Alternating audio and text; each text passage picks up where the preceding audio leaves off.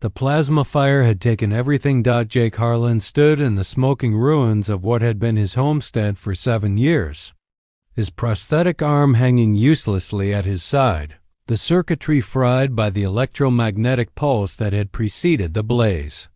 The wheat fields that had stretched golden to the horizon were now blackened scars across the red Martian soil.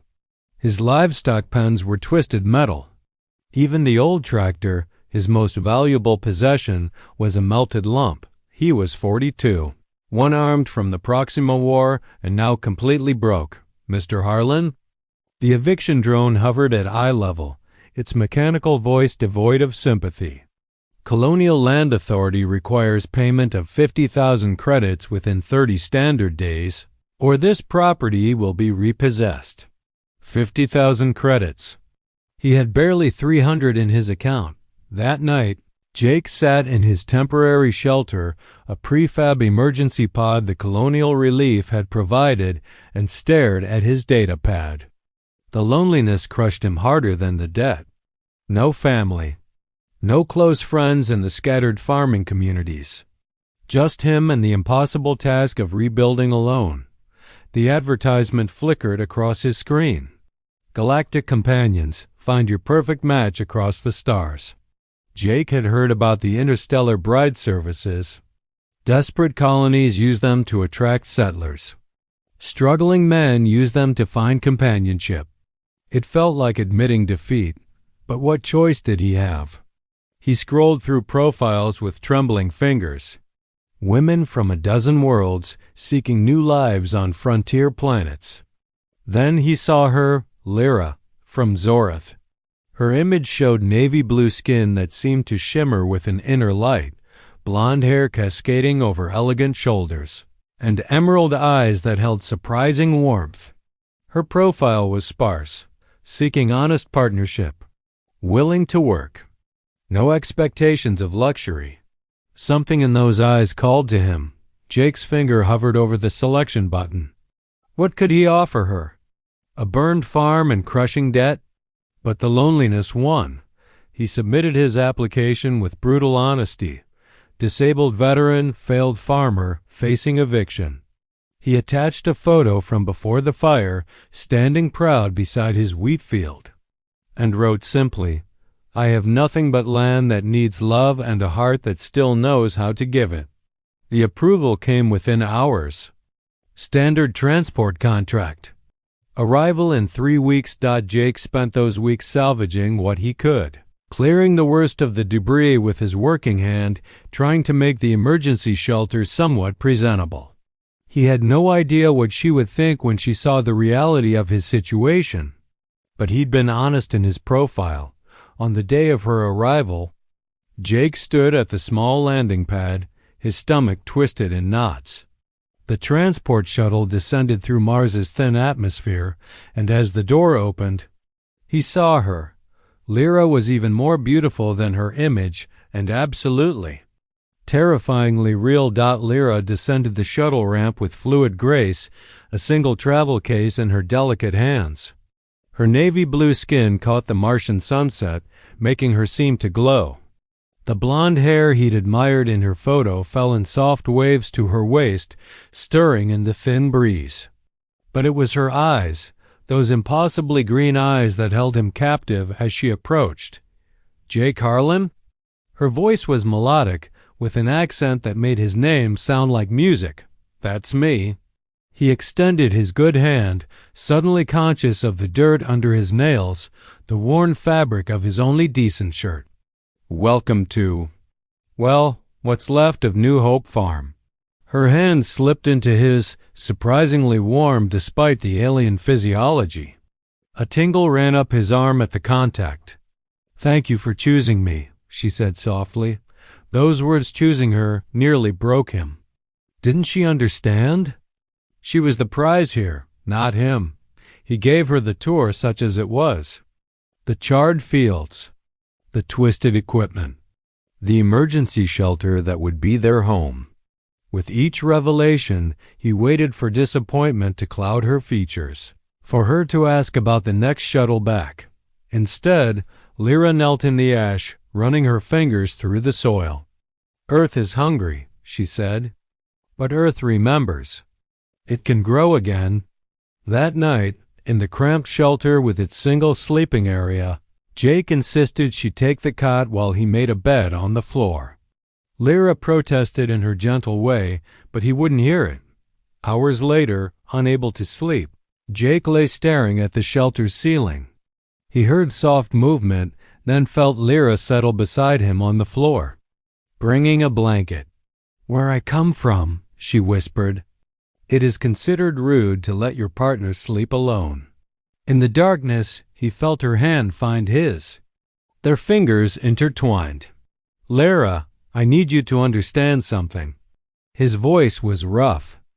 "I have almost nothing. This isn't temporary hardship. This is my reality. If you want to leave, I'll understand. I'll find a way to send you somewhere better." She shifted closer, and he felt the warmth of her body along his side. "Do you know what I saw in your profile, Jake Harlan? Not your farm. Not your credits. I saw your eyes in that photograph. Eyes that had suffered but not hardened. A smile that still believed in beauty." Her hand rose to his face, fingers tracing his jaw with infinite tenderness. "I did not come here for your possessions. I came for your heart." Jake turned toward her, and in the dim emergency lighting, her navy blue skin seemed to shimmer. Their faces were inches apart, her breath sweet against his lips. "May I?" He whispered. Her answer was to close the distance between them. Their first kiss was gentle, exploratory, two lonely souls finding unexpected harbor in each other. Lyra's lips were soft and full, tasting faintly of something floral he couldn't name. When they finally parted, Jake saw tears shimmering in her emerald eyes. "I was so afraid," she whispered. "Afraid you would see me as only a transaction." He pulled her close with his good arm, her head resting against his chest. "Never," he promised into her blonde hair. "Never that." They lay entwined until dawn, talking in whispers about their pasts, their hopes, the strange miracle of finding each other across the stars. The following weeks transformed both the farm and their relationship. Lyra proved remarkably strong despite her elegant appearance, working beside Jake from sunrise to sunset. Together they cleared debris, prepared soil, and planted the starter seeds Jake had purchased with his last credits. Each evening, exhausted and covered in Martian dust, they would wash in the small water recycler, then collapse together. The physical intimacy grew naturally, stolen kisses while working, lingering touches as they passed each other, nights spent wrapped in each other's arms. One evening, after a particularly hard day, Jake found Lyra sitting on a salvaged equipment crate, staring at the sunset. He sat beside her and she leaned into him. "Tell me what you're thinking," he said, kissing the top of her head. "I am thinking that I have never been happier." She turned to face him, her hands cupping his weathered face. "And I am thinking that I see sadness in your eyes even when you smile." Jake looked away, but she gently turned his face back to hers. "Jake, what haunts you?" The words spilled out his fear that once she truly understood the depth of his poverty, she would realize her mistake. His shame at bringing her to such hardship. His terror of losing her. Lyra's response was to kiss him with fierce intensity, her body pressing against his. When she pulled back, her eyes blazed. "You foolish, beautiful man. Do you think I stayed because I had no other choice? Do you think I worked beside you, sleep in your arms, give you my heart because of obligation? But you deserve so much more." She silenced him with another kiss, deeper this time, her hands tangling in his hair. "I have more than I ever dreamed," she breathed against his lips. "I have you." That night, under the canopy of Earth's moon rising over Mars, they made love for the first time. Her navy blue skin seemed to glow in the moonlight, her blonde hair spread like liquid gold across the blanket. Every touch was reverent, every whisper a promise. Afterward, As she lay in his arms tracing patterns on his chest, Lyra whispered, "There is something I must tell you." Jake's heart clenched at her serious tone. Here it came, the inevitable goodbye, the realization that this life was too hard, that he was too broken. "Whatever it is," he said softly, "you can tell me." Lyra sat up, pulling the blanket around her shoulders. In the moonlight, her navy blue skin seemed almost luminescent, her blonde hair cascading down her back. She looked like an ethereal goddess, too beautiful for this scarred land, too perfect for his damaged life. "My profile was not entirely truthful," she began, her emerald eyes meeting his. "I am from Zorith, yes. But I was not just a common citizen seeking a new life." Jake sat up beside her, taking her hand. "Go on. My full name is Lyra Xenoteris. On Zorith, that name means something. My family controls one of the largest fortunes in the outer systems." She watched his face carefully. I was the heir to the Xenoteris dynasty." Jake's mind reeled. "Was? I was arranged to marry a political ally, a cruel man who saw me as property. When I refused, my family exiled me, revoked my access to family accounts, or so they believed." A small smile played at her lips. "What they did not know was that my grandmother had established a personal trust in my name years ago, accessible only by my biometric signature. Hidden wealth they could not touch."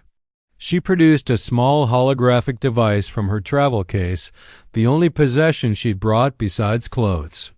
"This contains access codes to an account worth ... She hesitated, approximately 40 million credits. The number hung in the air between them like a physical presence. Jake felt his world tilting. 40? "Lyra, why didn't you?" "Because I needed to know." Her voice broke with emotion. "I needed to know if someone could love me for myself, not for my name or my fortune. When I saw your profile, so brutally honest about your struggles, your losses." Tears streamed down her navy blue cheeks. "I saw a man who would not want me for my wealth because you had none yourself. A man who might want me for my heart." Jake pulled her into his arms, feeling her trembling. "You're telling me you lived in poverty, worked yourself to exhaustion every day when you could have left any time?" "I was never living in poverty, Jake." She pulled back to look at him, her hands framing his face. "I was living in love. I was building something real. I was home. But now you think I'll see you differently," he said quietly, understanding. "You're afraid I'll feel like you pitied me, like this was all charity. Do you?" She whispered, fear naked in her eyes. Jake's answer was to kiss her with all the passion and certainty in his soul, laying her back down beneath the stars.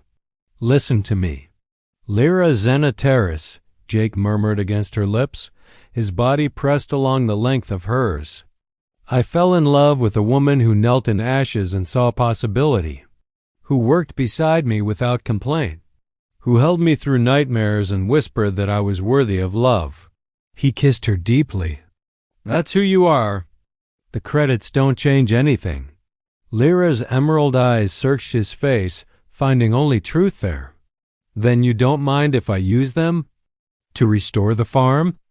To give us a real future?" Jake considered. Pride warred with practicality, but as he looked at the woman in his arms, this extraordinary being who had crossed the stars, to find him, he realized something profound. Accepting her gift wasn't weakness.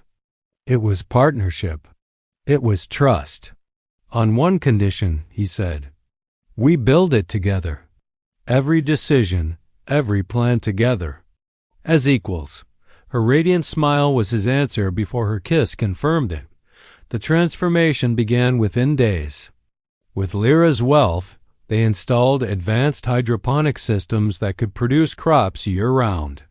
They erected atmospheric shields to protect against future fires and storms. They built a real home, not a mansion, but a beautiful farmhouse with a bedroom that caught the morning sun, a kitchen where they could cook together, and a porch where they could watch the stars. But the greatest transformation was in Jake himself. With Lyra beside him as true partner, his confidence returned. His ideas for expanding the farm, once impossible dreams, became real plans. His laughter, missing since the war, became a daily occurrence. 6 months after Lyra's arrival, New Hope Farm was not just restored, it was thriving. They had hired 3 workers from the local settlement, providing jobs and stability. Their crops were the talk of the colony, and their love had become legendary in the scattered, farming communities. The broken soldier and the alien princess who found each other through a computer screen one evening. As they stood on their new porch watching Mars's twin moons rise, Lyra wearing a simple blue dress that matched her skin, her blonde hair braided with flowers from their garden. Jake took her hand. "Do you ever regret it?" he asked. "Leaving your world? The life you could have had?" Lyra turned to him, pressing herself against his chest, her arms wrapping around his neck. "I left behind a gilded cage.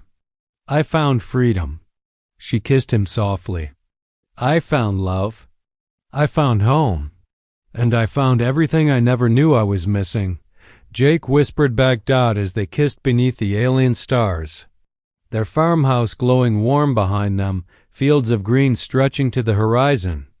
Jake realized the truth that Lyra had known from the beginning. The greatest wealth isn't measured in credits or land or possessions. True wealth is found in the brave, kind heart of someone who chooses you across all the stars in the universe. The end.